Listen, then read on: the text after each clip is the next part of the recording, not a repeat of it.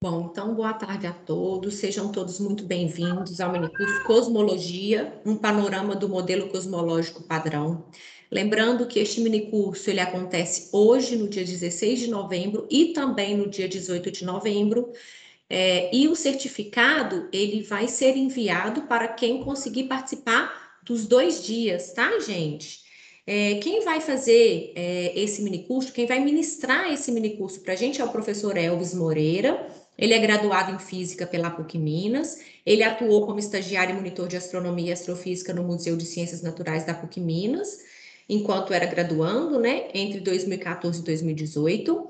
Ele está finalizando o mestrado em Física pela UFSJ, na linha de pesquisa Gravitação e Cosmologia, e ele volta agora, né, a ser um colaborador do Grupo Gaia, que é o Grupo de Astronomia e Astrofísica da PUC Minas, ao qual ele fez parte enquanto estudante.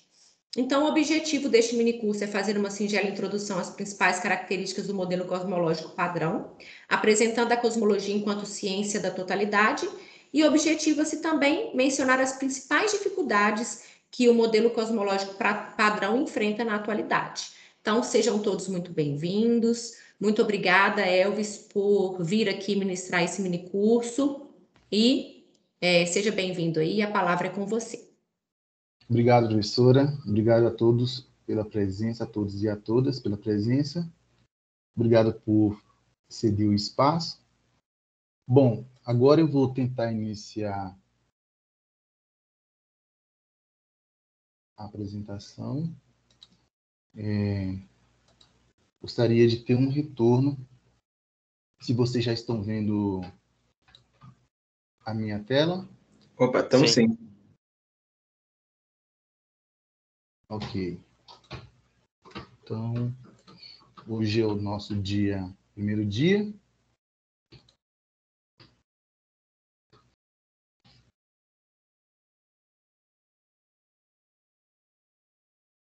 Ok.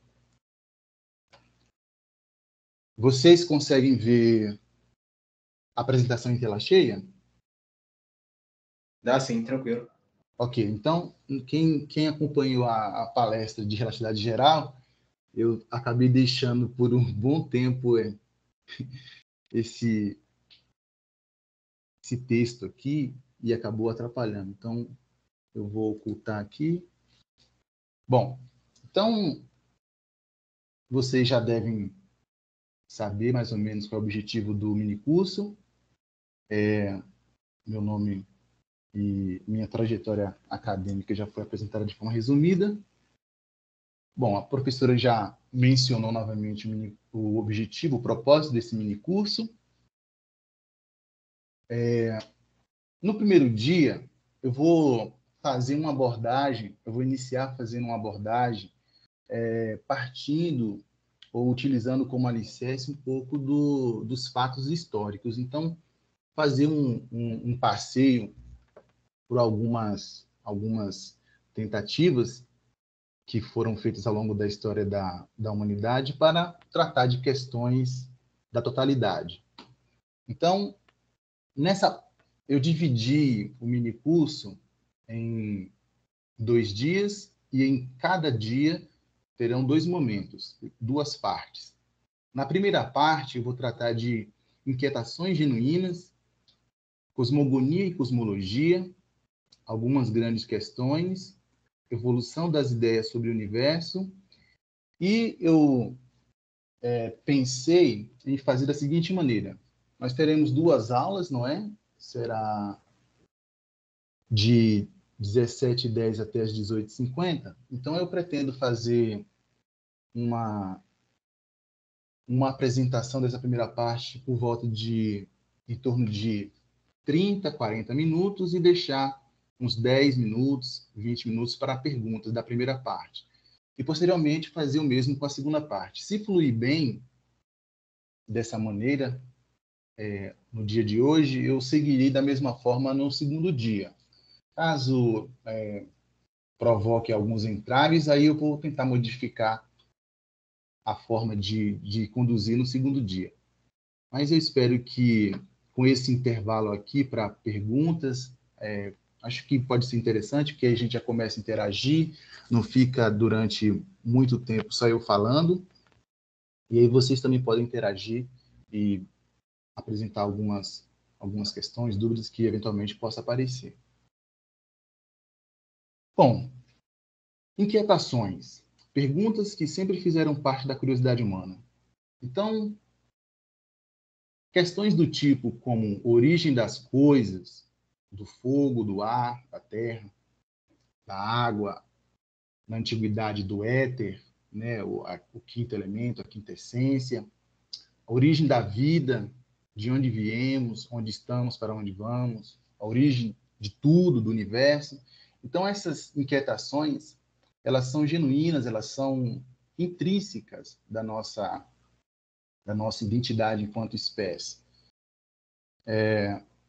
De forma tal que vocês podem constatar, a partir de documentos históricos, de livros de antropologia, de história das civilizações, de forma geral, vocês podem constatar que praticamente todas as civilizações e culturas conhecidas, elas, em algum momento de sua história, se preocuparam com aquelas questões, não exatamente da forma como eu as mencionei, formulei, mas questões que tratavam de assuntos semelhantes ou exatamente como aqueles que eu mencionei. Então, se vocês forem analisar a Mesopotâmia, na China, no Egito, própria Grécia, povos originários da América, os índios tupi-guaranis, os índios da América do Norte, todas essas civilizações, todas essas culturas têm algum tipo de tentativa de desenvolver, criar, inventar ou propor alguma explicação para a origem das coisas e do universo como um todo. Então, essa postura de tentar criar uma explicação que nos dê um certo conforto a respeito da origem de nós, enquanto espécie, dos outros seres vivos, das coisas inanimadas. Então, quando eu coloco aqui coisas aqui, dessa forma, é porque eu estou tratando de tanto de coisas vivas quanto inanimadas. Então, pode ser dos seres vivos, dos animais, das rochas, da água, do fogo, da terra, etc.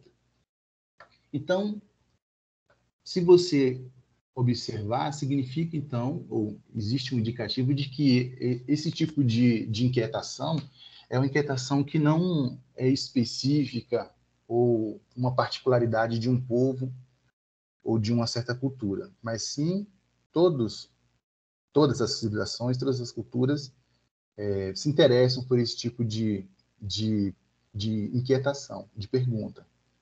Então, é um indicativo de que isso provavelmente faz parte da essência da nossa espécie, já que independe do tempo e do espaço onde essas pessoas estão, né? Então, é uma inquietação genuína de nossa espécie.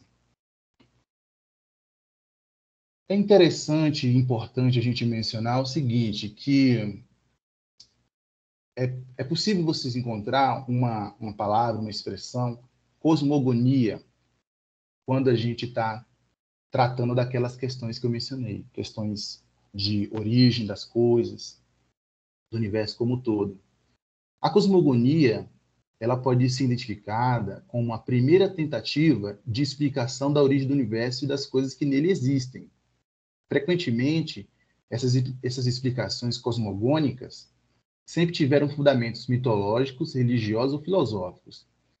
Por que sempre tiveram esse tipo de fundamentos aqui? É porque, naturalmente, surgiram primeiro as mitologias, depois as religiões, posteriormente a filosofia. Então, à medida que as pessoas, os seres, os indivíduos de uma determinada cultura ficavam inquietos com certas questões, eles utilizavam o arcabouço, o ferramental que eles tinham na época. E o que eles tinham na época? Eles tinham mitos, eles tinham histórias envolvendo seres, depois, posteriormente, eles tinham religiões, filosofia. Então, foi a partir desses conhecimentos que eles tentaram inicialmente responder aquelas questões que foi mencionado anteriormente.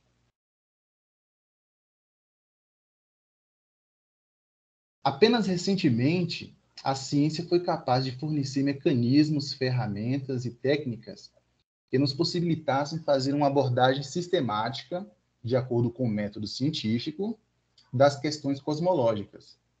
Naturalmente, isso se deve ao fato da própria ciência ser uma atividade humana recente. Então, durante muito tempo, aquelas questões elas pertenciam a outras áreas, filosofia, religião, mitologia, e a ciência ela ficava meio que impedida ou limitada de contribuir para o debate. Bom, mas além disso, tem o fato, como já foi mencionado aqui, que a ciência, dentre todas essas áreas do conhecimento que eu mencionei, mitologia, religião, filosofia, a ciência é a irmã caçula, a mais jovem. Em que sentido que eu estou falando? Bom, a gente sabe que se formos observar registros históricos de povos da Mesopotâmia, da Pérsia, da China, da Grécia, nós vamos ver lá conhecimentos bastante relevantes e conhecimentos que perduram até os dias atuais sobre matemática, sobre astronomia, etc. Então, já existia ciência antes da época que eu estou mencionando, que seria em torno de 400 anos, em torno de 400 anos.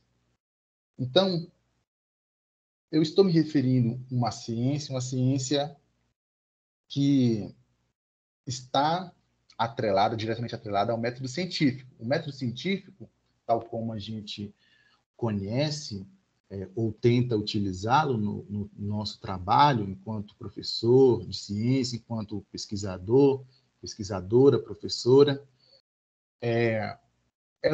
isso sim é uma coisa muito recente. Então, a ciência moderna, que está diretamente atrelada ao método científico, é uma atividade humana recente, por volta de 400 anos. E, ainda assim, a cosmologia moderna não tem tudo isso, não tem 400 anos, ela tem menos, ela tem por volta de 100 anos. E, posteriormente, no segundo dia, nós vamos tratar disso com um pouco mais de detalhe. Então, aqui, o método científico, ele não se resume a isso, ele não é necessariamente dessa forma, mas ele possui algumas características que, quando você observa a ciência que é feita no mundo como um todo, você pode observar vários desses momentos aqui em comum na forma de se fazer ciência. Observação, questionamento, elaboração de hipóteses, elaboração e execução de experimentos, conclusões, resultados. Isso aqui é um esboço muito simplista do método científico. Contudo, ainda sendo simplista, ele ainda não serve como um guia, não serve como uma lâmpada que ilumina o caminho para a busca do conhecimento, né? O método científico elaborado dessa forma aqui não é suficiente, mas sem isso aqui também não se faz ciência, né? Se você excluir todas essas etapas aqui, todos esses tópicos, você não está fazendo ciência, está fazendo outra coisa.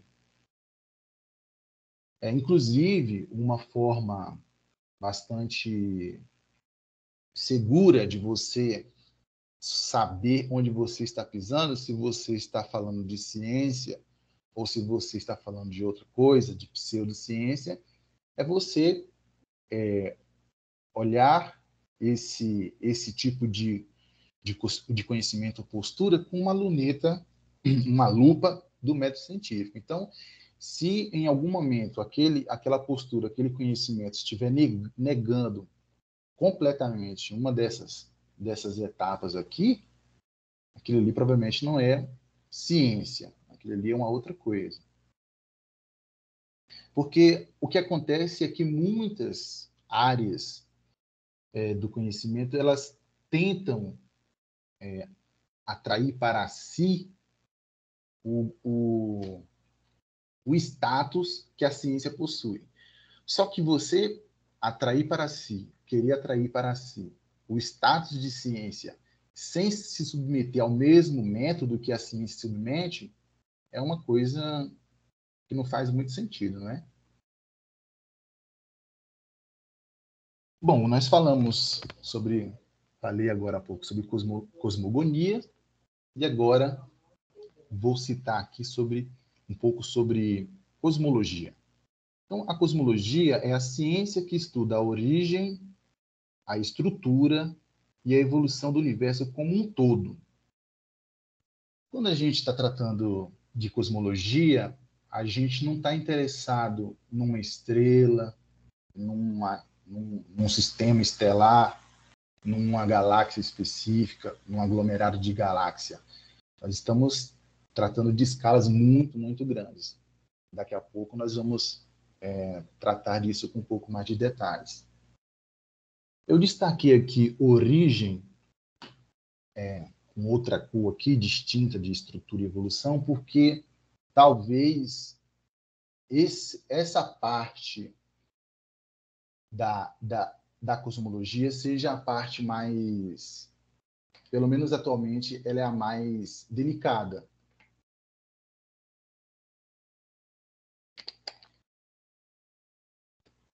Porque existem muitas limitações técnicas no sentido de desenvolvimento de equipamentos que possam fazer ou inferir grandezas físicas que possam nos dar resposta sobre isso aqui, sobre a origem ou não do universo, e também algumas questões de formulação matemática, de modelos matemáticos, assim, criar modelos matemáticos que dê conta também de explicar a origem, são coisas mais delicadas, né? Existem muitas instituições, muitos grupos de pesquisas que tratam de todos esses tópicos aqui em relação à cosmologia, de origem, estrutura, evolução, tanto na parte teórica quanto teórico-matemática, quanto na parte observacional. Só que, posteriormente, eu vou tentar mostrar para vocês o porquê disso aqui ser uma questão um tanto quanto delicada. E aí também vou mencionar para vocês a respeito de um pouco sobre a estrutura e evolução do universo. Então, o objetivo central do minicurso é justamente tratar disso aqui. Bom, agora uma tentativa de fazer uma delineação e traçar marcadores de intersecção dessas áreas aqui: astronomia, astrofísica e cosmologia. Em alguns textos, em alguns materiais, a gente pode encontrar que é como se a astronomia fosse a ciência mãe, a astrofísica uma filha da astronomia e a cosmologia moderna, uma espécie de neta da astronomia, como se uma estivesse contida na outra, dentro da outra. A astronomia está contida a astrofísica está contida na astronomia e a cosmologia está contida na astrofísica, logo dentro da astronomia. É uma forma tradicional de se observar essas três áreas. Astronomia, até porque a astronomia ela iniciou ou ela se desenvolveu primeiramente, posteriormente a astrofísica e depois a cosmologia moderna. Então, a astronomia, como eu já mencionei, desde a era das civilizações na Mesopotâmia, civilizações na China, na Grécia, eles possuíam bastante conhecimento astronômico a respeito de estudos como você localizar certos astros no céu a partir do desenvolvimento de técnicas de matemática, trigonometria, de alguns instrumentos, astrolábio, etc. Então, a astronomia ou aquilo que algumas pessoas chamam de astronomia de posição, ela é bastante antiga, né? Posteriormente, com o desenvolvimento da física, alguns conhecimentos de física começaram a colaborar para uma melhor compreensão de fenômenos astronômicos. Algumas fontes indicam que a astrofísica teria nascido no final do século XIX, início do século XX, mas eu já vi um professor falando que quando Newton publicou o Principia, e dentro dessa obra-prima dele já foi apresentada a lei da gravitação universal de Newton, o que estava se aplicando ali era física nos astros, né? Então, aquilo ali já pode ser considerado astrofísica. Então, pode-se argumentar que a astrofísica já nasceu com a teoria da gravitação universal de Newton. Porque se você aplicar as leis de Newton num objeto para descrever seu movimento, trajetórias e etc., não for física, né? O que a gente está fazendo? O que a gente faz, basicamente, na nossa graduação e ao longo da vida? A gente aplica as leis de Newton para descrever o movimento, né? As leis do movimento dos objetos. Então, quando você faz isso num determinado astro, ou seja, tem ali um objeto, um astro como o Sol, e em volta dele tem planetas. Você utilizando a lei da gravitação universal de Newton, você consegue descrever o comportamento desse objeto. Então, isso já pode ser considerado astrofísica. Mas é uma questão apenas de delineação, né? De delimitação. E a cosmologia seria um ramo da astronomia ou da astrofísica que tenta estudar não um objeto em volta de outro, uma galáxia, um aglomerado, mas sim todo o universo e tudo que existe nesse universo que está sendo tratado. Por outro lado, existe cientistas que consideram que a cosmologia, já que ela trata das maiores estruturas, das maiores escalas, seria ela a maior das ciências e as outras estão contidas nela. Mas isso, inicialmente eu tinha pensado em colocar como provocações, isso aqui como provocações a respeito de delimitações e interseções dessas áreas. Mas é apenas para chamar a atenção de vocês que quando a gente fala de astronomia, astrofísica, cosmologia, nós temos ali áreas que estão intimamente ligadas, elas possuem intersecções diversas, mas também existe ali delineações. Existe algumas coisas em que uma certa área aborda de forma robusta e outra não. Existem áreas de atuações distintas para cada uma delas. Ok?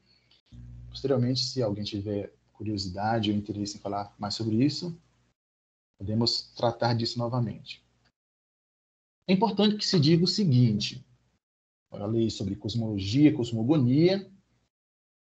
A cosmologia, ela não é maior, ela não é menor e nem melhor do que a cosmogonia.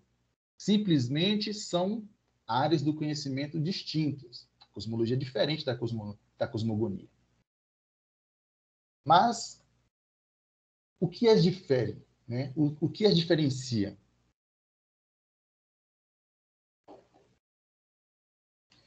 A cosmologia ela passa pelo crivo do método científico.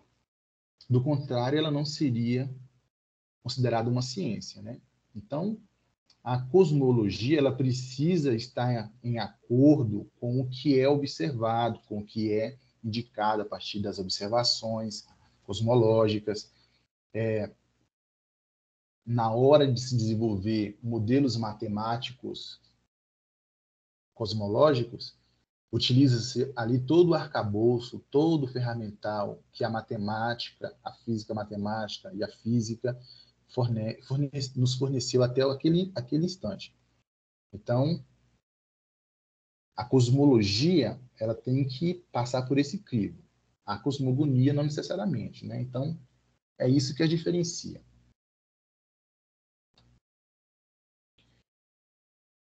Grandes questões, inquietações cosmogônicas e cosmológicas. Então, como eu mencionei para vocês, a cosmologia ela é a ciência que tenta abordar questões de origem, evolução, estrutura do universo. Então, quando a gente pensa sobre a origem do universo, questões como: o universo é eterno ou teve início? Teve um início. Então, quando a gente faz a pergunta, o universo é eterno, nós estamos tratando aqui do tempo, não é? Então, o universo eterno ele seria infinito nas duas direções, tanto para o futuro quanto no passado. Se ele teve um início, ele já não é eterno, né? Então, ele teve um momento em que ele surgiu.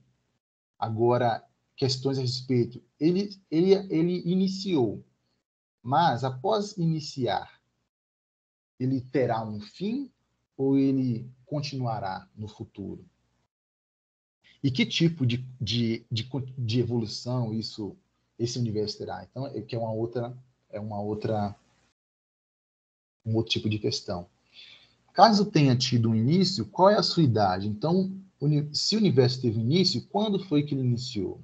Quanto tempo se passou para esse momento de início do universo, surgimento do universo, até o universo atual, onde nos encontramos temporalmente? Como que eu estou destacando aqui, essas questões eu considero que são as questões mais delicadas em cosmologia. Questões sobre a sua estrutura, a estrutura do universo. Qual é a composição do nosso universo? Né? Quais são os ingredientes que o compõem de forma geral? Qual é a sua geometria? Ele é aberto, fechado ou plano? Ou tem uma geometria ainda intermediária entre essas ou totalmente distinta? Ele é finito ou infinito espacialmente? Então, o universo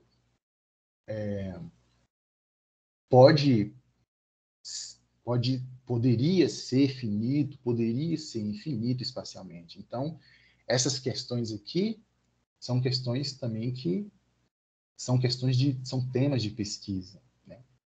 Tamanho do universo, se é um tamanho finito ou infinito.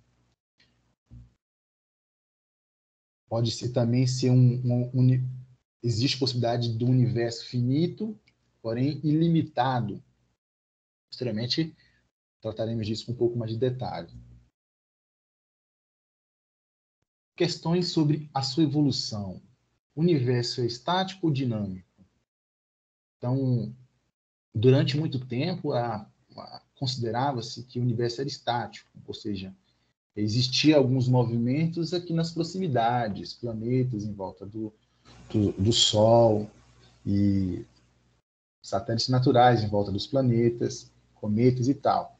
Mas em grande escala, o nosso universo ele era considerado como se fosse estático, né?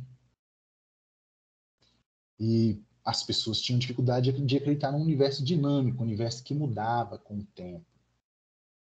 E um universo que muda com o tempo, ele muda de forma igual, ou seja, sempre da mesma forma, ou ele possui diferentes eras, distintas eras, em que em um determinado momento ele iria evoluir mais rapidamente ou de forma mais lenta, e durante uma era certos fenômenos ocorressem durante aquele intervalo de tempo. Então, as questões sobre origem, composição, estrutura e evolução do universo são as questões fundamentais da cosmologia moderna. Respostas. Bom, ao longo deste minicurso, pretende-se retomar algumas dessas questões. Entretanto, sem a menor pretensão de respondê-las por completo. De fato, muitas dessas questões ainda são motivo de intensos debates e pesquisa. tanto pesquisa teórica quanto observacional. Objetiva-se apenas indicar para quais possíveis respostas um modelo cosmológico padrão parece apontar, com maior ou menor precisão. Então, existem algumas respostas para essas questões que vocês vão ver, em que existe um grau de confiabilidade e outras respostas que existe um grau de confiabilidade diferente, menor, maior. E isso é devido a uma era que muitos cientistas chamam de cosmologia de precisão. Então, à medida que a tecnologia foi criando instrumentos cada vez mais robustos, mais precisos, algumas questões que foram mencionadas anteriormente puderam ser atacadas com maior rigor, em que você consegue colocar ali uma barra de erro com uma maior com uma maior precisão. Você sabe em que intervalo, até em qual intervalo aquele resultado ali faz sentido físico, ou te dá uma resposta razoável. Bom, eu estou chamando aqui nesse curso de modelo cosmológico padrão, mas vocês também podem encontrar modelo padrão da cosmologia, né? Só que eu resolvi colocar dessa forma porque existe um modelo bastante robusto também na física, que é um modelo padrão das partículas elementares. Então, alguém quer fazer alguma pergunta? Eu acho que alguém abriu o áudio. Não? Foi sem querer, desculpa. Foi sem querer. Tudo bem, ok. Então, existe um modelo padrão das partículas elementares, que é um outro modelo padrão na física, né? Então, eu só troquei a ordem aqui, cosmologia MCP, para não aparecer logo MP, que é modelo padrão, depois vem partículas elementares. Mas eu acho que, caso vocês façam algumas pesquisas, vocês provavelmente vão encontrar mais materiais falando do modelo padrão da cosmologia, não cosmológico padrão. Mas isso aqui é só uma questão de ordem dos verbetes. Bom, a evolução das ideias sobre o universo. Por muito tempo, acreditou-se que o planeta Terra ocupava uma posição privilegiada no universo. Então, esse modelo, em que a Terra é um objeto completamente distinto dos demais no universo como um todo, é um modelo que é chamado de geocêntrico ou geocentrismo. Então, nós temos aqui a representação básica desse modelo, em que a Terra estaria no centro, em volta da Terra, presa a uma casca esférica, estaria a Lua. Posteriormente, preso a uma outra casca esférica, estaria o planeta Vênus. Depois, em uma outra casca esférica, o Sol, depois Marte, e depois as estrelas, que eram consideradas estrelas fixas. Então, pensava-se que os objetos estavam presos a cascas esféricas, que delimitavam ali os seus movimentos. No caso, esses objetos aqui, né, a Lua, Vênus e Marte, que se movimentavam. Ainda teria aqui outros planetas, como Saturno, Júpiter, que já eram conhecidos na época, né? Mas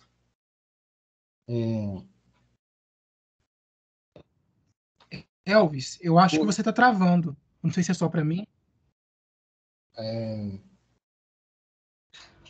Mais alguém está vendo a imagem travada? Não, foi o seu áudio. Deu uma travadinha há uns 30 segundos atrás. Não sei se foi só eu. Não, aqui foi de boa. Estava de boa? Então deve ter sido só eu. Desculpa. Ok? O áudio está tranquilo para a maioria, para o restante dos participantes? Mais alguém poderia responder? Sim, para nós tranquilo também. Ok, então, obrigado. Então, aqui, personagens chaves para o geocentrismo, né? O Aristóteles, ele era um defensor do geocentrismo. Outro, o Cláudio Ptolomeu, também um defensor do geocentrismo.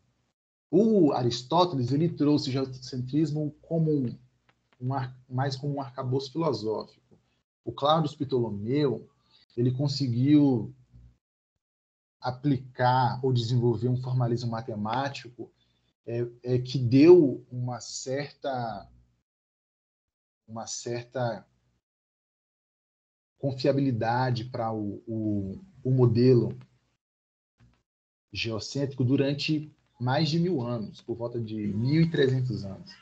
Então, através de introdução de ideias como epiciclos e cálculos matemáticos complexos, o Cláudio Ptolomeu desenvolveu um modelo em que ele conseguia prever movimentos dos planetas e da Lua de forma convincente para a época. Então, o modelo ele acabou perpassando por mais de 1000 anos por ser satisfatório de forma razoável matematicamente, né? Conseguia prever certas coisas. E também pelo fato de que as religiões da época adotavam essa ideia de que a Terra era um ponto especial no universo, né? Porque o ser humano talvez seja uma forma do ser humano se sentir menos solitário, ou talvez também seja uma espécie de manifestação do egoísmo da nossa espécie humana, é querer se sentir especial. Então, se o ser humano é uma criatura especial, o lugar que ele ocupa necessariamente deveria ser especial.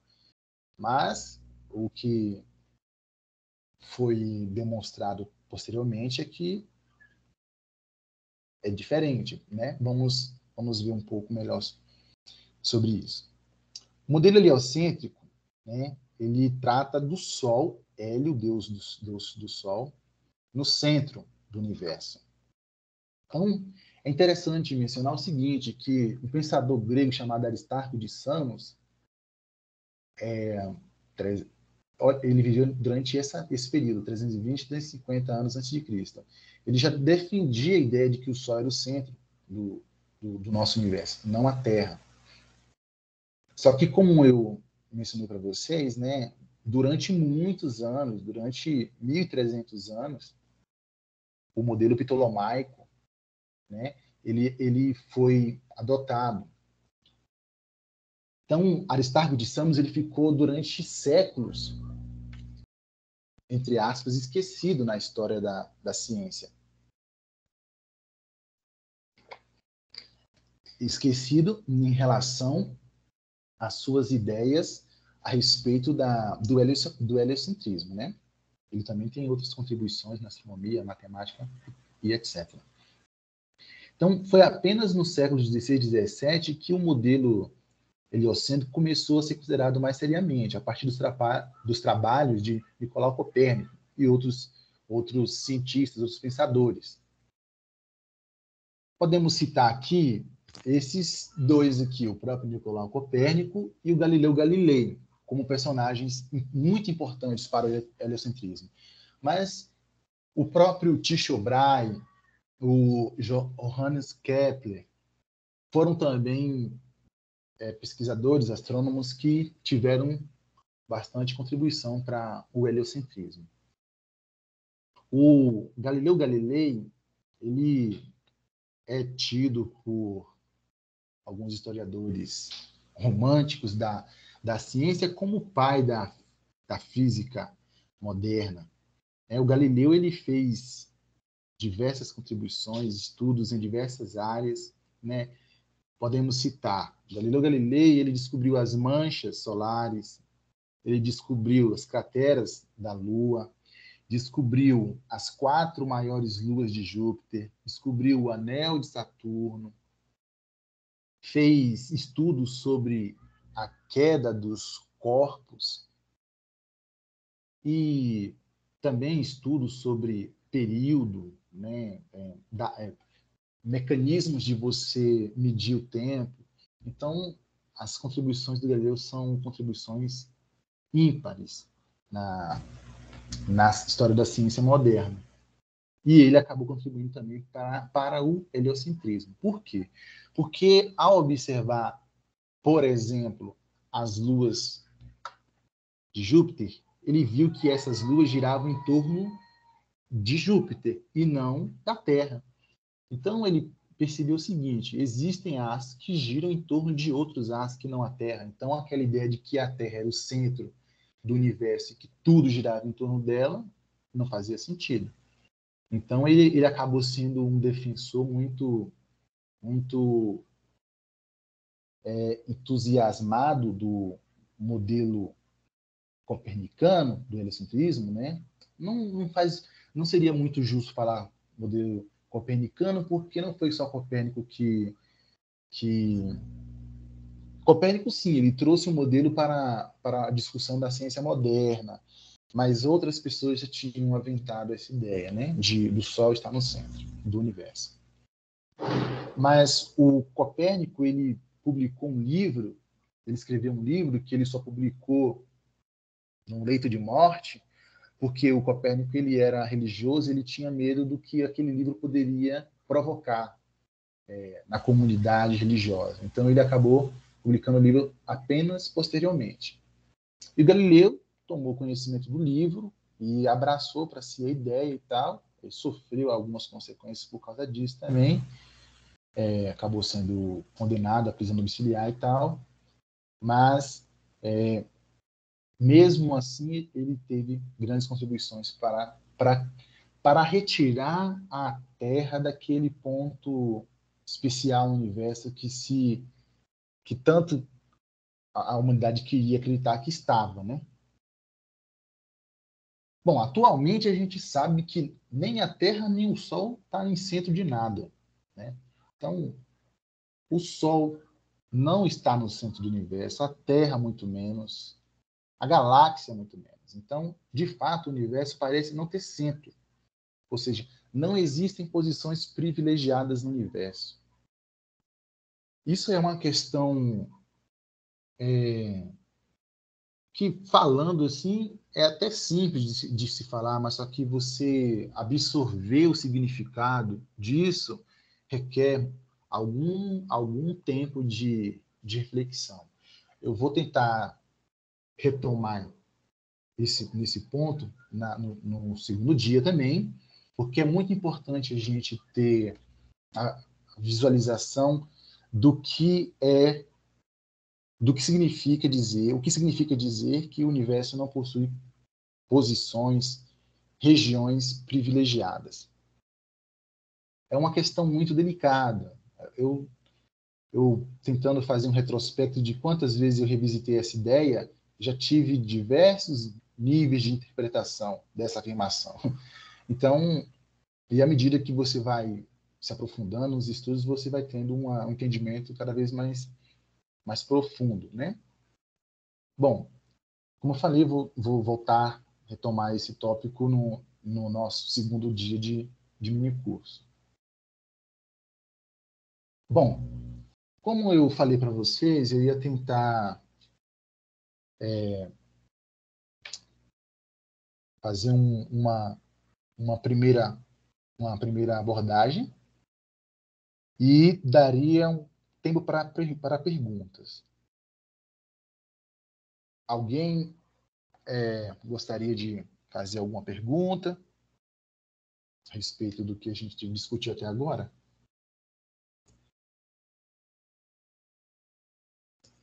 Ô, Elvis, beleza? Beleza. É o Rafael. Aqui, há uns minutos atrás você comentou sobre o modelo padrão da cosmologia, né? Sim. E, no caso, esse modelo é o Lambda CDM? Exato. Você, Rafael, é o Rafael que trabalhou comigo no Gaia? Isso. Inicialmente eu não reconheci por causa do áudio do fone, não é o melhor possível. Agora que eu consegui reconhecer a voz. Rafael, é justamente esse o modelo que a gente chama de modelo estandar ou padrão é o Lambda CDM. Lá na frente, eu vou tentar apresentar os elementos que constituem esse modelo. A intenção é que a gente saia, ao final do segundo dia, com uma ideia geral desse modelo, né? Não da parte matemática, porque a matemática ela requer uma dedicação e um tempo que a gente não tem. Mas talvez eu até apresente algumas equações, mas o essencial aqui é que a gente tenha uma ideia razoável sobre as principais características do modelo, quais são as principais componentes do universo, sobre sua evolução, eras e por aí vai. Entendi. Só agora sobre esse finalzinho agora que você estava falando sobre o lugar privilegiado, né? Isso está relacionado com isotropia, não é? Isso. E nesse sentido, tipo, igual você falou que teve várias reflexões sobre isso e tal, tipo, eu também já pensei bastante, mas quando você fala não tem lugar privilegiado, é isso de uma forma absoluta? Porque se você pega um referencial, então, tipo, isso muda, né? Porque você está se referindo a alguma coisa. Agora, tipo, em absoluto, não tem lugar privilegiado. De qualquer lugar que você olhar, vai ser a mesma coisa que você vai enxergar. É nessa linha ou eu fugi muito?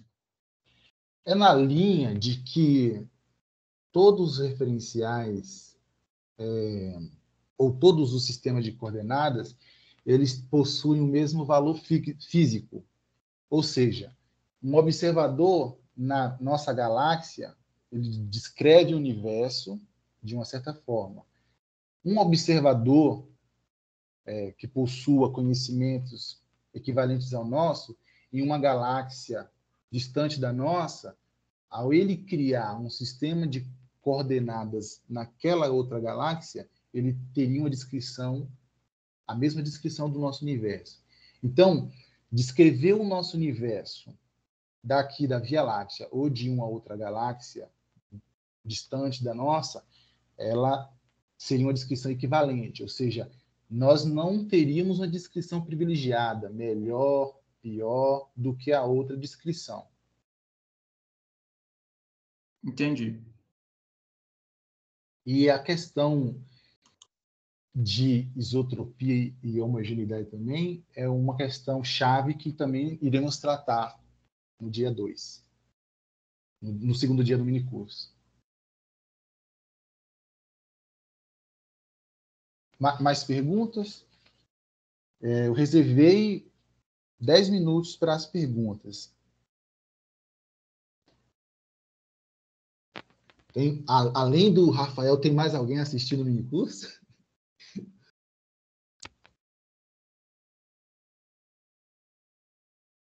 Tem, velho, mas eu tô encantado com sua didática. De verdade. Até para mim que já tô um tempão fora da física. Véio, que didática, mano. Valeu demais. Quem tá falando? É o Rubio. Rubio, eu te conheço pessoalmente? Conhece. Eu fui da sua sala por um semestre. Lembrei.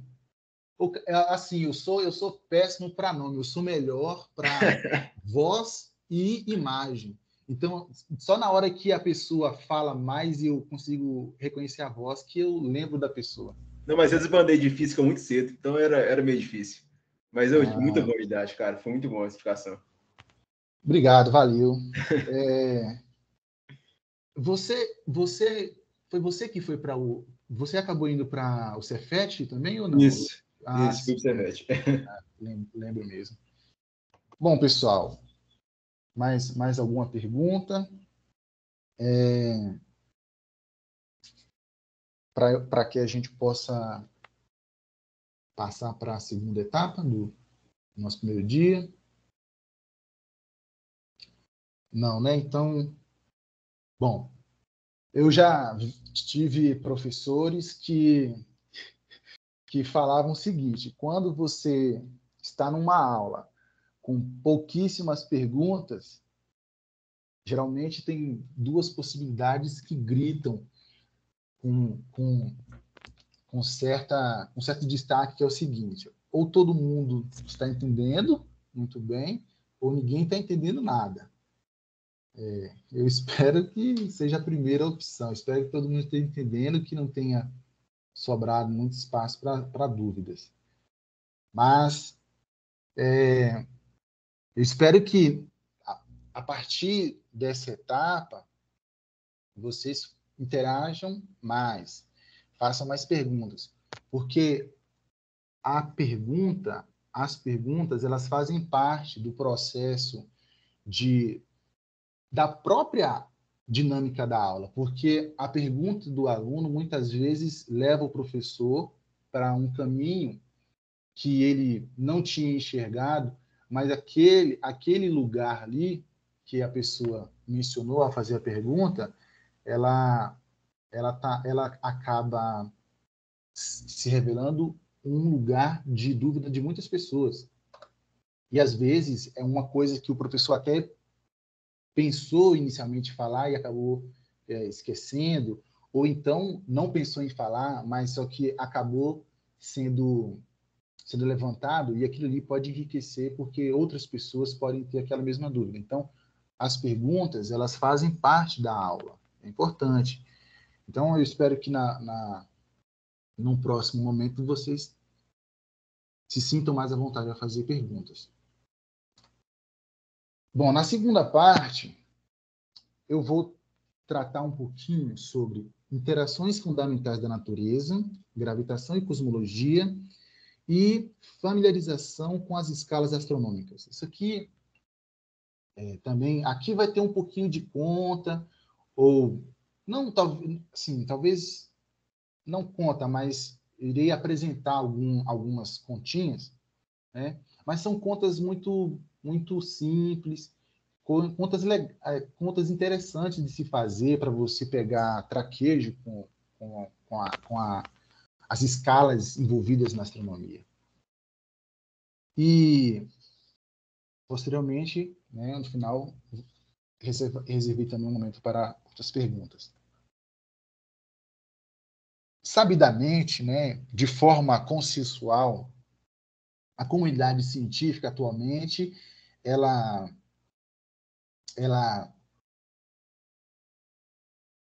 categoriza as interações fundamentais da natureza como de quatro tipos: nuclear forte, eletromagnética, nuclear fraca e gravitacional. Recentemente eu vi uma publicação de um artigo de divulgação falando a respeito de...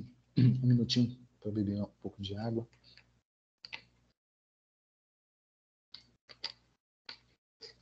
Falando da possibilidade de uma possível quinta interação fundamental da natureza. Mas só que ela ainda não foi confirmada, não é uma coisa que pode se afirmar com a mesma precisão que pode se falar a respeito dessas quatro aqui. Então, essa tabela aqui é uma tabela que traz informações razoavelmente simples, né? E não é uma tabela muito extensa, mas é uma tabela bastante rica em informações. Por quê? Olha aqui, na interação, é muito comum também vocês encontrarem as quatro forças fundamentais da natureza. Mas eu escolhi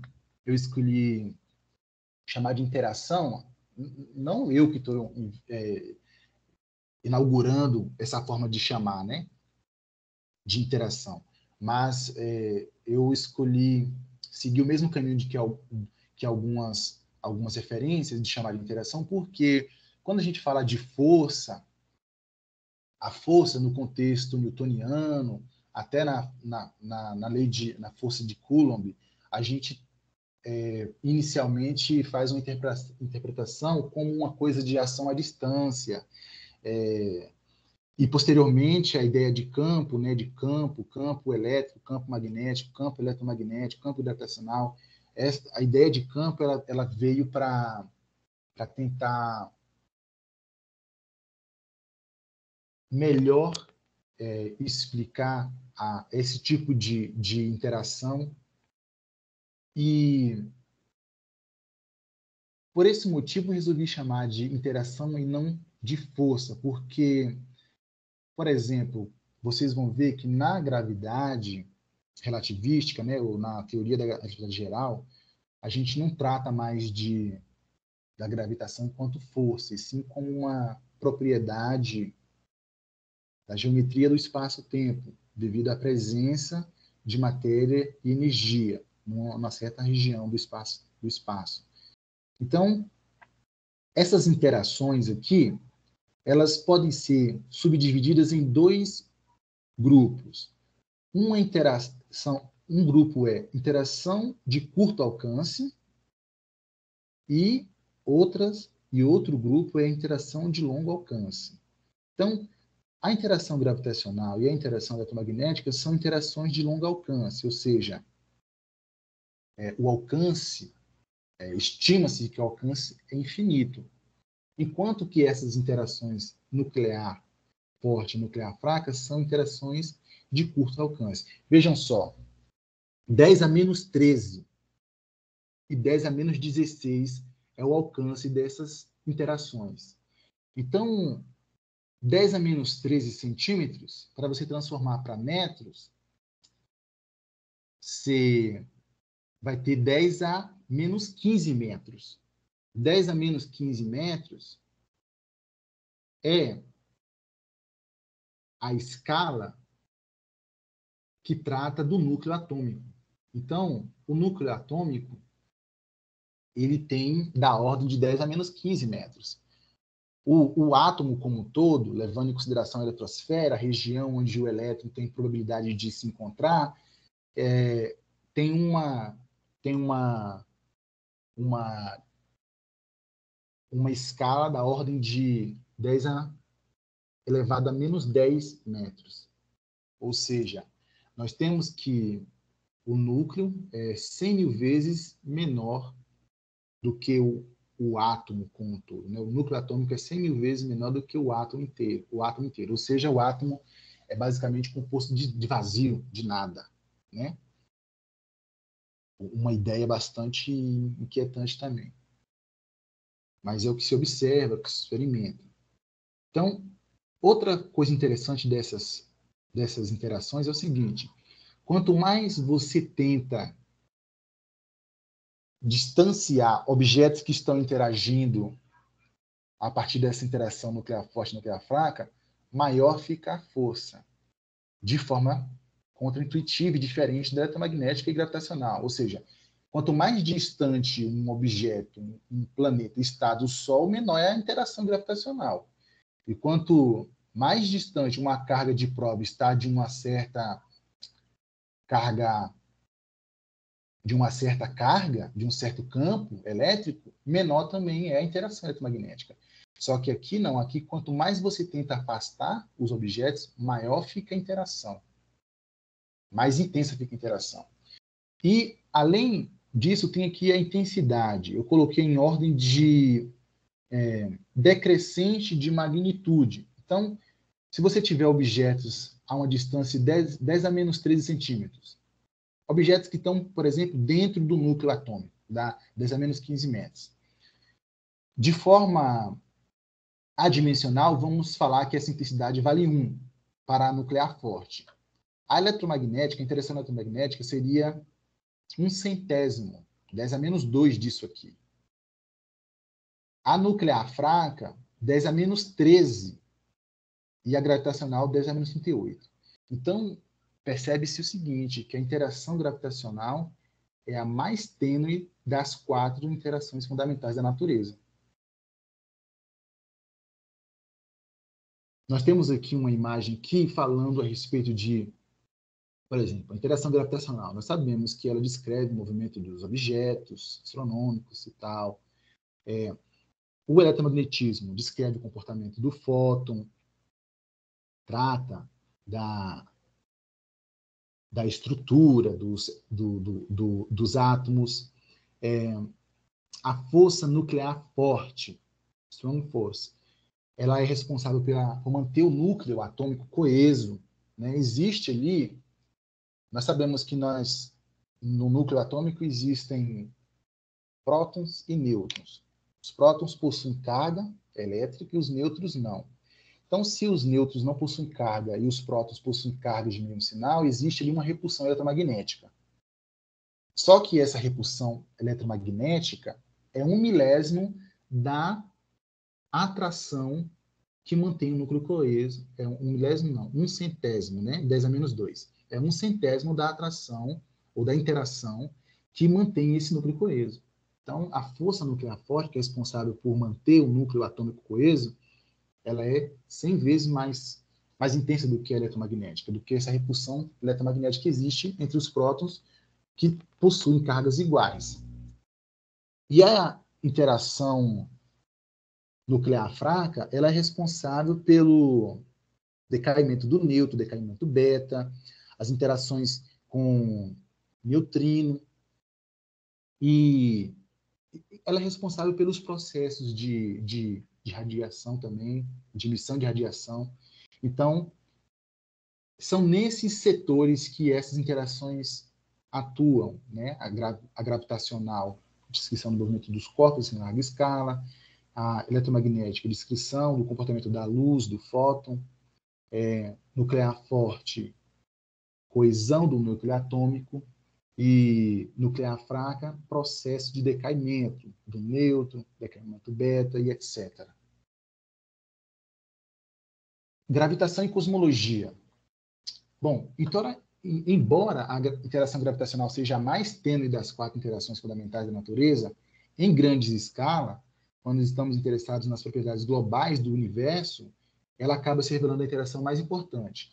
Então, assim, a interação nuclear forte, interação nuclear fraca, elas são muito relevantes nas escalas microscópicas, né? No microcosmo do núcleo atômico e do próprio átomo, moléculas também. O eletromagnetismo, quando a gente vai observar objetos macroscópicos, em geral, eles são eletricamente neutros, né? Então, acaba que, em grandes escalas, a gravitação é a interação fundamental para uma abordagem sistemática do estudo do universo como um todo, ou seja, para a cosmologia.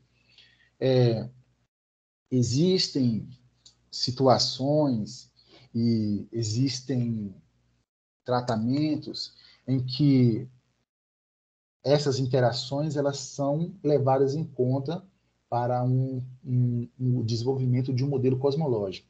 Só que neste minicurso, a minha intenção é tratar da cosmologia no prisma onde a gravitação é a principal interação e a única que é relevante, né?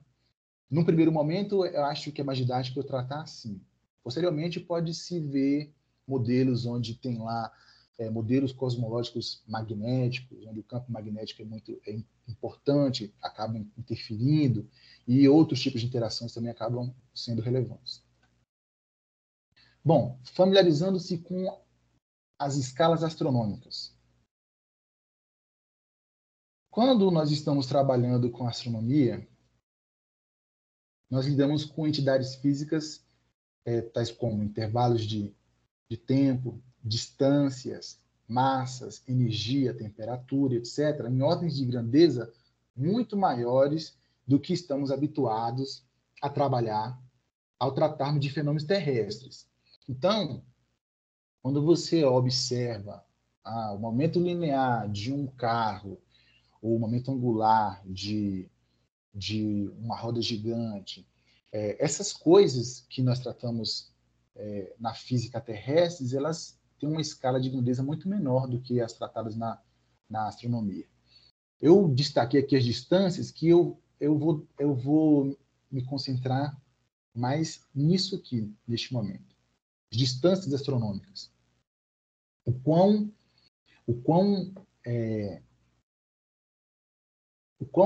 distinta, o quão diferente são as escalas de distância quando a gente está pensando na física aplicada apenas na nossa Terra, no nosso planeta, e quando a gente tenta extrapolar para muitas ordens de grandezas, assim, maiores. Bom, então, pelo fato da gente tratar com esses objetos aqui, com essas entidades físicas, com ordens de grandeza muito maiores, passa necessário adotarmos certas escalas mais convenientes nesse contexto, né? Então, as distâncias astronômicas. Por se tratar de uma ordem de grandeza próxima à nossa estatura média, o metro é a unidade de medida de distância mais intuitiva para nós. O que eu estou querendo falar sobre isso?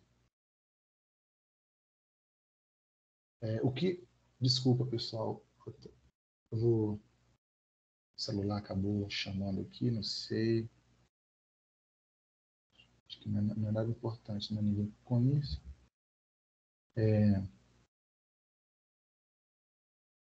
Bom, por se tratar de uma ordem de grandeza próxima à nossa, da nossa estatura média, o metro é a unidade de medida de distância mais intuitiva para nós. O que eu estou falando é o seguinte, quando a gente está falando de metros, nós temos a estatura média do ser humano, da espécie humana. Deve ser da ordem de entre 1,5 m e 2 metros, 2,20 m. Não, eu acho que 2,20 m não é na média, muito fora da média. Vamos falar que a estatura média dos seres humanos está entre 1,5 m e 2 metros, levando em consideração todos os seres humanos, todos os povos. Então, 10 elevado a 0, pensando em potência em escala na notação científica, né? 10 elevado a 0 dá 1 metro. Então, 10 elevado a 0 é a nossa escala intuitiva. A gente consegue intuir o que é 10 metros. A gente consegue intuir o que é 100 metros. Agora, quando a gente fala de quilômetros, centenas de quilômetros, fica mais difícil da gente conseguir mensurar isso, imaginar isso.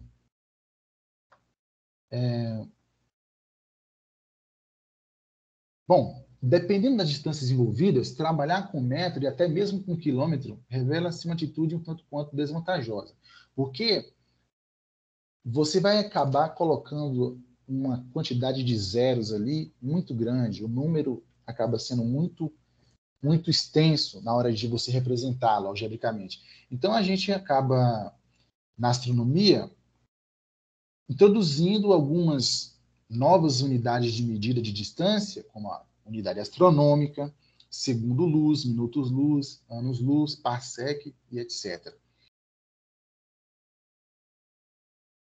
A unidade astronômica, com certeza, a maioria de vocês já deve ter ouvido falar. A unidade astronômica é como se fosse uma régua fixa, imaginária, que ela nos dá a distância média da Terra até o Sol. Então, essa distância ela é de 149 bilhões 597 milhões 870 1.700 metros. Olha que número grande para falar da estrela mais próxima da Terra. Então, se para a gente falar da nossa estrela, do astro o qual a gente orbita, olha o número que já é para falar dessa distância. Então, acaba sendo... aí é conveniente você colocar, ao invés de colocar esse número todo, você coloca lá UA, uma unidade astronômica. Né? A gente pode aproximar esse valor para 150 milhões de quilômetros, também fica mais fácil de tratar nesse momento. Segundo luz, pode ser representado por S.L minúsculo. Bom, a luz ela possui a maior velocidade permitida na natureza para todo e qualquer tipo de interação. Seu valor exato é esse aqui. A gente pode aproximar também para 300 mil km por segundo. O segundo luz corresponde à distância que a luz percorre em um segundo, ou seja, um segundo luz é igual a 300 mil quilômetros. Então, quando é importante também a gente destacar o seguinte, quando a gente fala de segundo luz, minuto luz, dias, dia luz, mês luz, anos luz e por aí vai, quando a gente trata dessa entidade, tempo e velocidade da luz junto, isso aí dá uma unidade de distância, unidade de distância. Então, segundo luz não é tempo, segundo luz é distância. O mesmo vale para os demais, minutos luz, anos luz, etc. Vocês podem perceber o seguinte, acho que na próxima eu vou fazer uma continha que fica mais claro. Isso aqui, ó, minuto luz. Então, um minuto tem 60 segundos. Multiplicando 60 segundos pela velocidade da luz, 60 segundos, multiplicado pela velocidade da luz, 300 mil km por segundo, vocês podem perceber o seguinte, nós temos aqui, ó, 60 segundos. Tempo. Essa unidade de medida de tempo, segundos, vai se cancelar com essa unidade de medida de tempo aqui, segundos também. Ou seja, o resultado vai nos dar vai sair com uma unidade de medida de distância. Então, minutos-luz, assim como segundo-luz e anos-luz, é uma unidade de medida de distância, que dá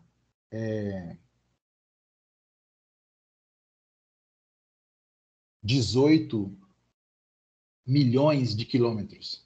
Né? Um minuto-luz é 18 milhões de quilômetros. Olha que interessante. Nós temos aqui, fora de escala, o nosso Sol e aqui a nossa Lua.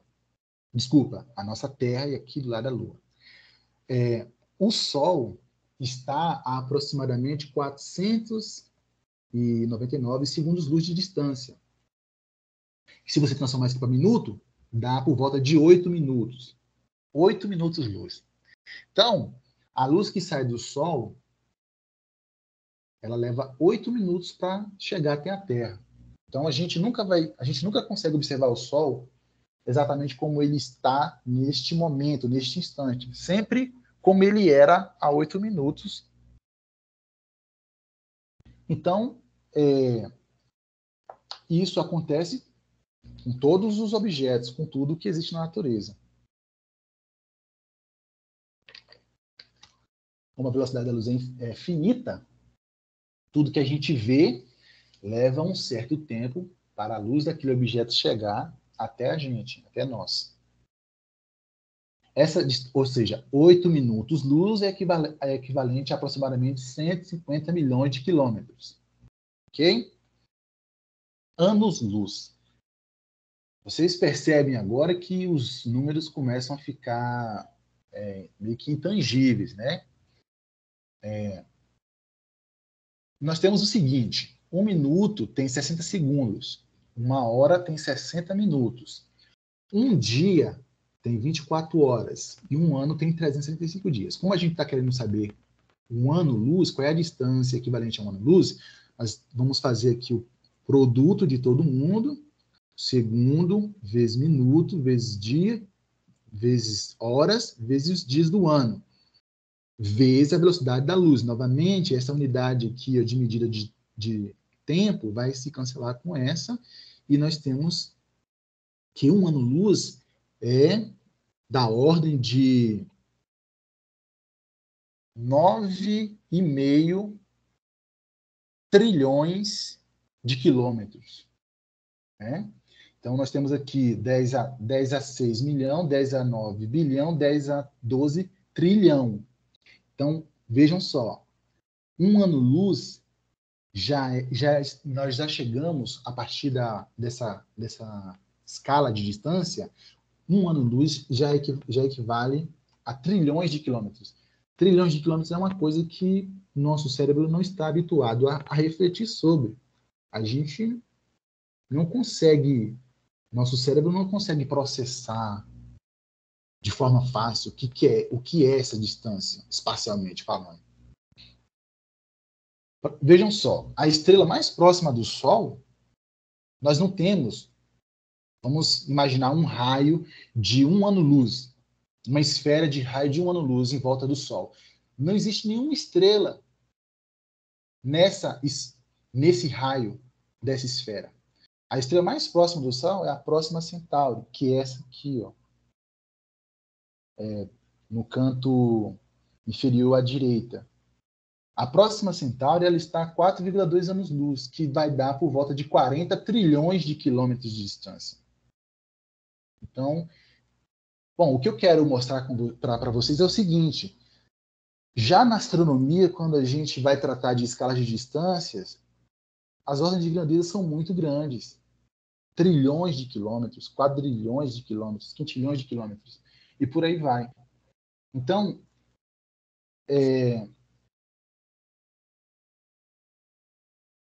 outra unidade de medida de distância, bastante utilizada na astronomia, também na cosmologia, a intenção é que eu vá conduzindo vocês para, de forma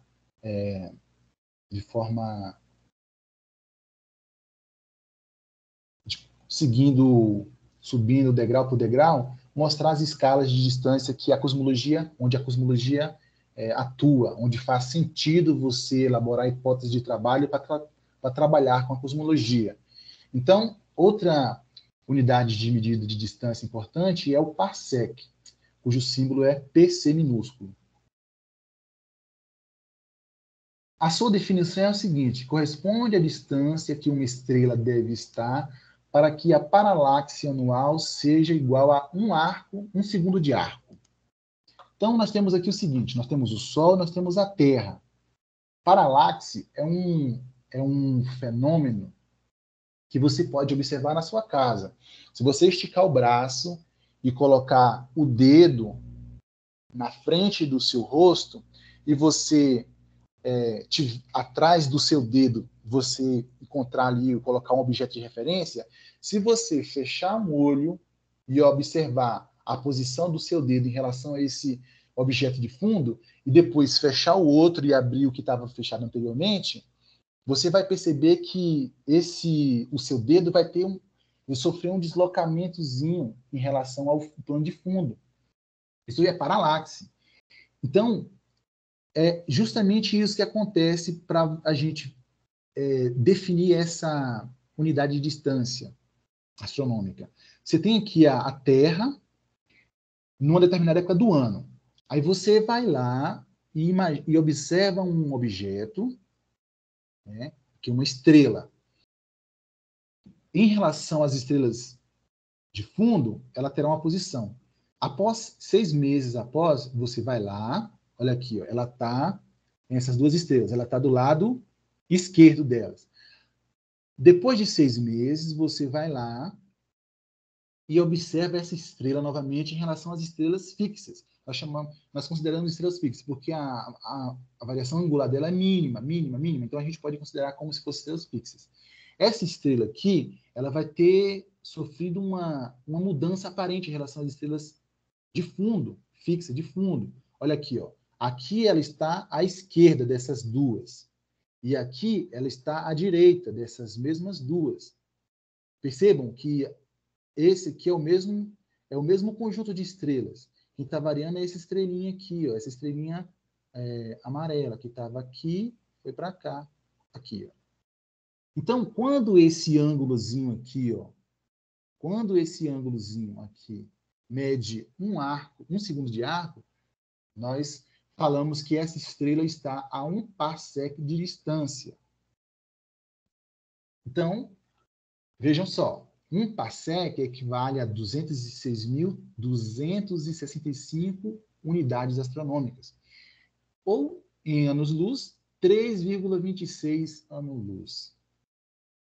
Então, é uma distância que, para as nossas escalas terrestres já é uma distância considerável.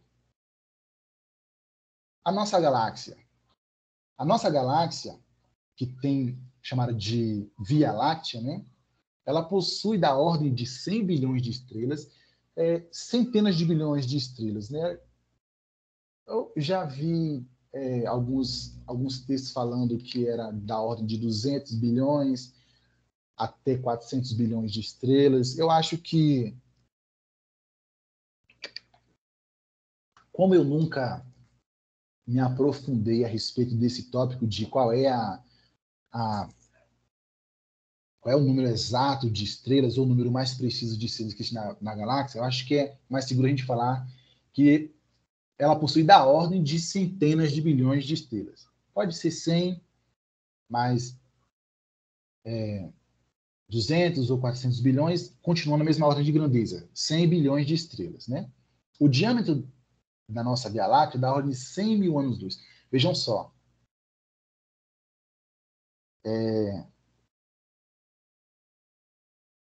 Se você tiver um objeto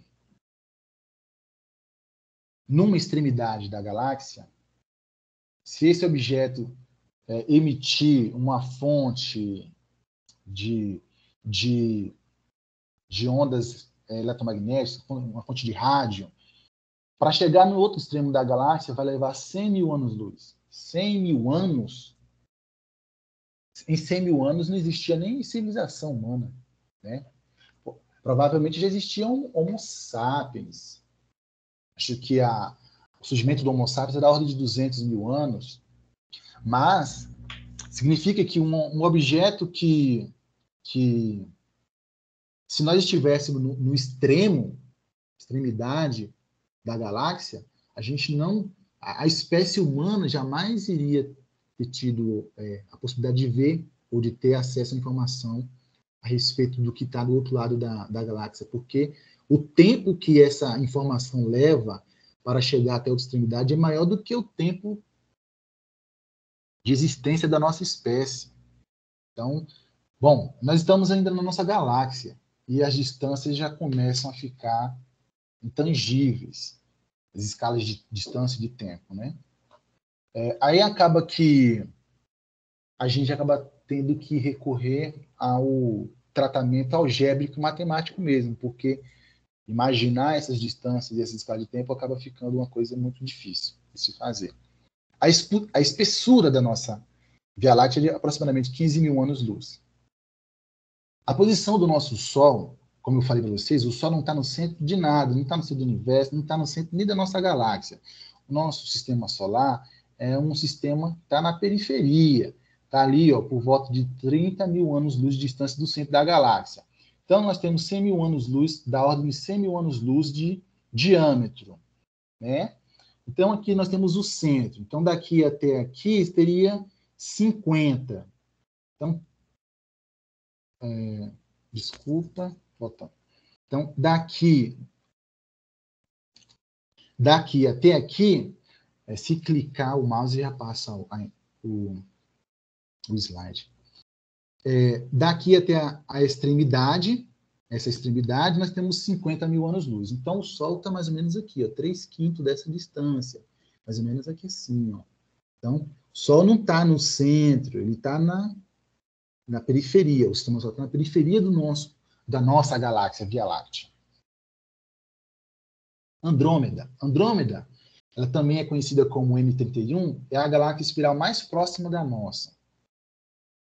Ela possui cerca de 1 trilhão de estrelas, ou seja, coisa de 10 vezes mais estrelas do que a nossa galáxia, né?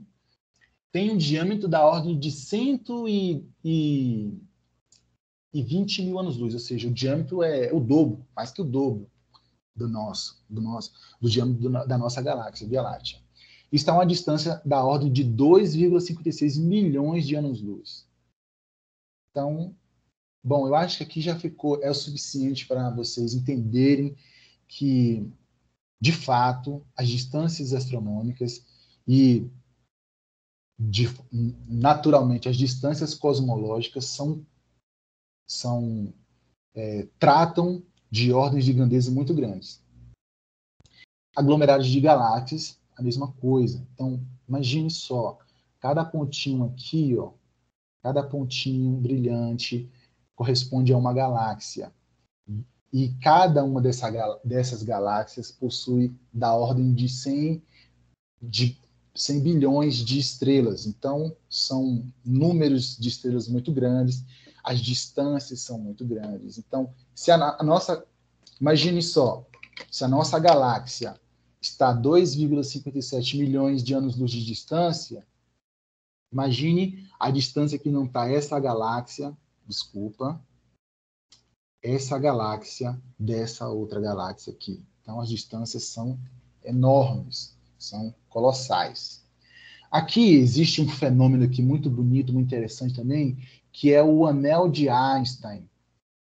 Eu não, assim, não foi eu coloquei aglomerado de galáxia, mas aqui vocês podem perceber que existe aqui, parece existir circunferências concêntricas a um determinado ponto, e que essa circunferência aqui, ó, no perímetro da circunferência, parecem ter coisas com luminosidade esticada. Isso aqui é um fenômeno devido à curvatura do espaço-tempo, que faz com que essa região funcione como se fosse um telescópio cosmológico, ou astrofísico. E esse objeto aqui, ó, essa luz aqui, ó, é a luz do mesmo objeto. Então, a luz do objeto acaba sendo espalhada ao longo dessa lente gravitacional. Então, as escalas cosmológicas, né? Se as escalas de distâncias, quando a gente está falando de sistema solar, sua vizinhança, as distâncias típicas que separam as galáxias e os aglomerados de galáxias são enormes, né? As distâncias, quando a gente vai tratar do universo em larga escala, são ainda maiores. Então, quando a gente vai falar de escalas cosmológicas, nós estamos tratando de distâncias da ordem de a partir de dezenas ou centenas de gigaparsecs, ou seja, bilhões de parsecs, ou seja, bilhões de anos-luz, já que um parsec é igual a 3,26 anos-luz. Então, e uma coisa interessante é que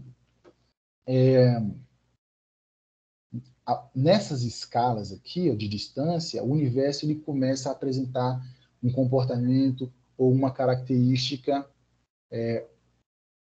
que revela uma certa homogeneidade, aquilo que o Rafael falou, uma certa isotropia, né, em grandes escalas. Então, imagine o seguinte, se você estiver observando uma praia de uma certa altura, de uma certa distância, aquela areia ali da praia parece ser uma coisa uniforme. Mas se você for lá na praia, pegar um punhado de areia, colocar aquele punhado de areia sob a investigação de uma lupa, de um microscópio, você vai ver que aquilo que parecia ser uma coisa contínua é uma coisa granulada, né? É uma coisa que possui diferenças ali, vai ter grãozinhos de areias um pouco maiores do que outros, um pouco mais arredondados ou mais assimétricos e tal. Então, quando a gente está tratando de escalas cosmológicas, é como se a gente estivesse olhando a praia ou o universo de longe, ou não de longe, né? E sim dando uma abordagem ampla, bem ampla, com essa ordem de grandeza de distância, gigaparsec. Bom,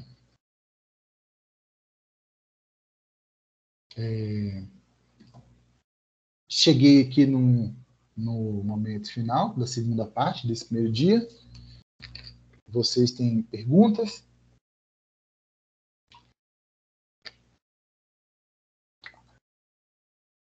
Alguém ainda está aqui me acompanhando? Oi. Oi. Eu quero fazer uma pergunta. Tipo, boa noite a todos. Boa noite. Boa noite. Ô Gabriel, só um minutinho. Deixa eu só falar de algumas perguntas que foram feitas durante a palestra. Claro. Elvis, quando você estava explicando, né? Talvez até o Gabriel queira fazer essa pergunta agora, que foi a primeira pergunta mesmo. Quando você estava explicando sobre as interações, o Gabriel perguntou o seguinte: o graviton, por mais que hipotético, está em conformidade com o modelo cosmológico padrão? Vocês preferem que eu retorne ao slide ou não precisa?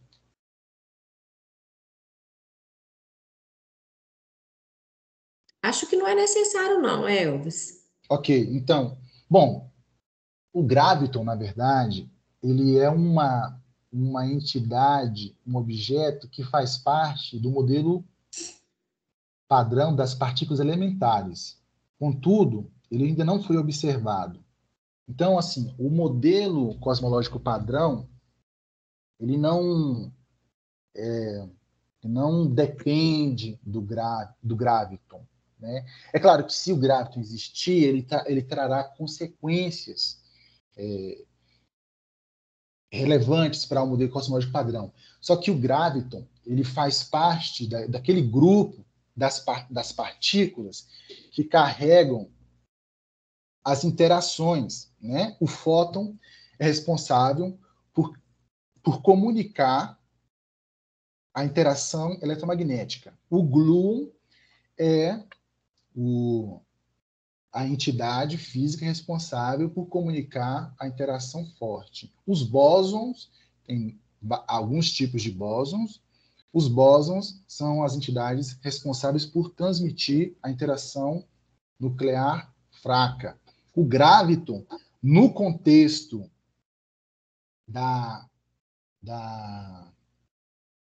dessa teoria do modelo padrão das partículas elementares, o graviton seria, então, a partícula ou ente físico responsável por transmitir a interação gravitacional. Só que o graviton ele está mais ligado a esse contexto das partículas elementares, né? A cosmologia ela faz um tratamento distinto das interações, essencialmente da interação gravitacional. Deu para responder? Sim, sim. Perfeito. Existiam apostas de si, porque o graviton, assim, se você for observar o fóton, ele exibe comportamentos contínuos e granulares, né? Então, o fóton, dependendo do fenômeno que se estuda, que se objetiva analisar, ele tem uma descrição ondulatória ou corpuscular. Então, quando você trata o fóton de forma corpuscular, você está dando uma descrição quântica, ou seja, é como se você tivesse admitindo que a luz pode ser condensada em pequenos pacotes de energia, que posteriormente vai chamar de fótons, né? Então, o graviton ele seria uma coisa, talvez poderia indicar uma quantização do espaço, ou do espaço-tempo. Só que isso são ainda temas de pesquisa. Modelos matemáticos para isso existem aos montes. Agora, arcabouço experimental com dados precisos para indicar uma possível quantização da gravidade ou do espaço-tempo ainda não existe, né? E pelo menos não nas escalas de energia em que os laboratórios terrestres conseguem atingir, né?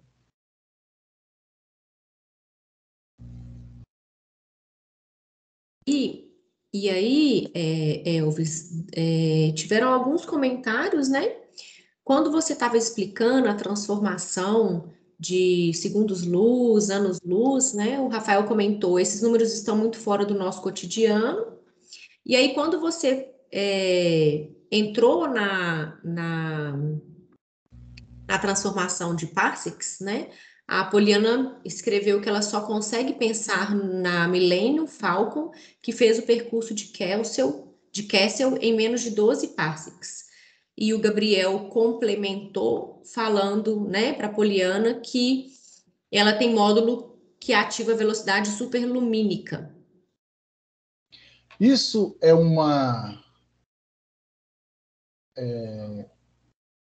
isso é referência a alguma coisa de ficção científica? Star Wars, eu acho. Eu acho que é Star Wars. Ah, sim. Ah, ok. É para... Assim, quando a gente leva às últimas consequências o fato da velocidade da luz ser finita, isso provoca uma mudança completamente extraordinária na visão de mundo, de universo que nós podemos imaginar. E o fato da velocidade da luz ser finita e ser o limite, né, de que é o limite de velocidade que um objeto pode, um objeto sem massa, que um objeto com massa ele também não atinge a velocidade da luz. O próton, por exemplo, próton sendo acelerado lá no CERN, no LHC, ele chega a 99,99% da velocidade da luz, mas ele não chega à velocidade da luz. Ele possui massa.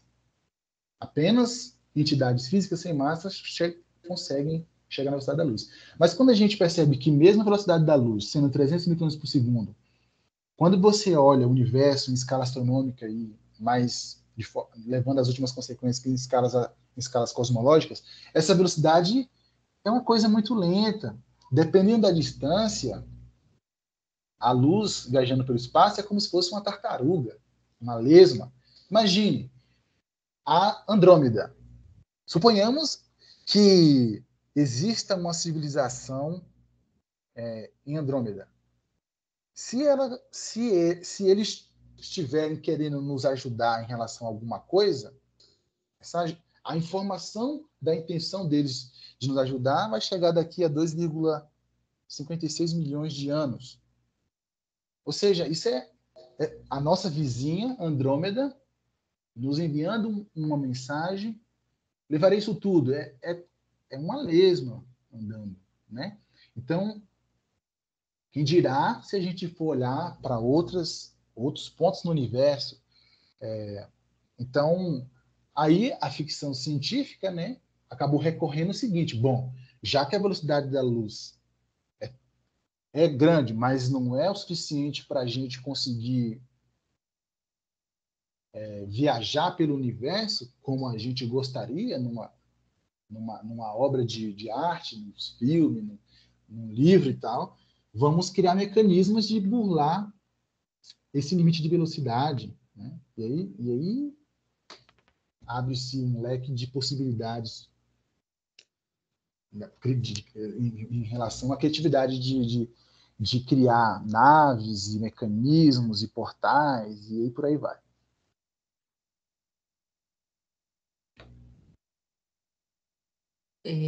Ótimo, Elvis. Aí tem uma pergunta agora do Arthur, e eu vou finalizar essa pergunta, porque o nosso tempo já está passando.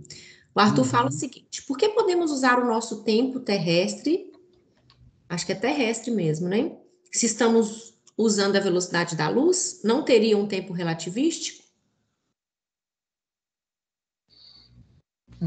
Eu não sei se eu entendi a pergunta. Arthur, você quer abrir o microfone e fazer a pergunta? Oi, boa noite. Boa noite. Boa noite. Então, a ideia é a seguinte: por que a gente, quando vai converter medida, por exemplo, para longas distâncias, por exemplo, que a gente está usando velocidade da luz, por que a gente poderia usar o nosso tempo como sistema de referência? Por exemplo, 60 segundos, uma hora ter 60 minutos, e não a gente usaria uma correção relativística do tempo. Deu para entender? Melhorou um pouco? Deu para entender. Só que quando a gente está fazendo esse tratamento quando a gente está tentando construir essa unidade de medida de distância, a gente não está tratando de nenhum objeto se deslocando com a velocidade da luz. A gente está utilizando apenas a constante física, a velocidade da luz, para transformar uma unidade, um certo produto, numa unidade de medida de distância. Então, não é um objeto que está se deslocando com velocidade relativística. Entende? Então, assim, se você estivesse tratando de um corpo que rotacionasse, ou de um corpo que transladasse com velocidades razoáveis em relação à velocidade da luz, aí sim você teria que fazer correções relativísticas. Mas a gente está fazendo apenas um produto de tempo por uma constante, que é a velocidade da luz, transformando aquilo em distância.